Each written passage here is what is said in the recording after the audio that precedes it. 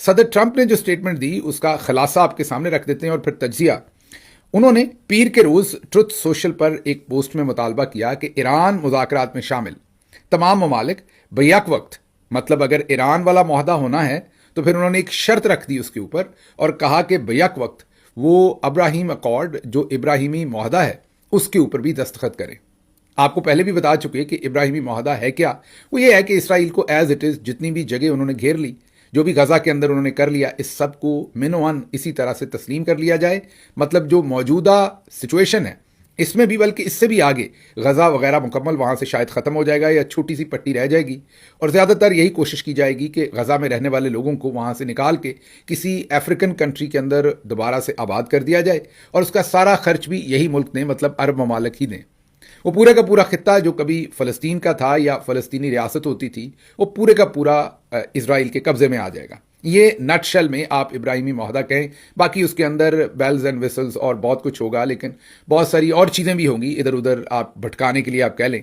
लेकिन असल मुद्दा ये है कि तमाम की तमाम जो फ़लस्तीनी सरजमीन है या उसका मेजर पोर्शन वो पहले ही ले चुका इसराइल, जो रह गया था उसका भी मेजर पोर्शन वो इसराइल को दिया जाएगा। अब इसमें सदर ट्रंप ने कोई लगी लिपटी नहीं रखी। उन्होंने कहा कि अगर मुआहदा करना है ईरान वाला तो आपके सामने ये शर्त है कि ये तमाम मुल्क जो मुआहदे की टेबल पर बैठना चाहते हैं या बैठे हुए हैं, ये तमाम इब्राहिमी मुआहदे के ऊपर या इब्राहिमी जो मुआहदा है उसके सिग्नेटरी बने, उसको एक्सेप्ट करें। मतलब कि इसराइल को वैसे ही एक्सेप्ट करें जैसे अमेरिका करता है या दूसरे ममालिक करते हैं।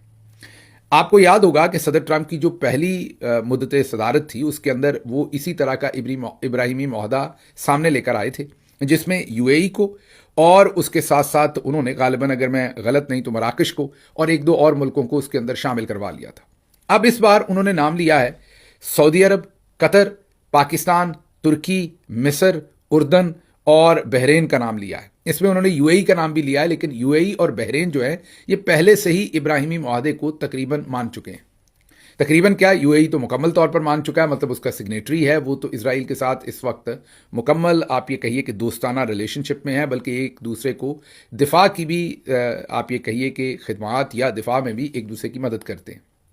अब सदर ट्रंप की ये जो स्टेटमेंट आई है इसने जाहिर है सिर्फ पाकिस्तान को नहीं, सऊदी अरब को और बहुत सारे और ममालिक को मुश्किल में डाल दिया है। सदर ट्रंप कहते हैं कि अगर वो ऐसा नहीं करते, मतलब दस्तखत नहीं करते इब्राहिमी मुआहदे पर, तो वो इस डील का फिर उन्हें हिस्सा नहीं होना चाहिए, क्योंकि उनकी नीयत अच्छी नहीं है। इससे जाहिर होता है कि उनकी नीयत बुरी है, उसमें खोट है।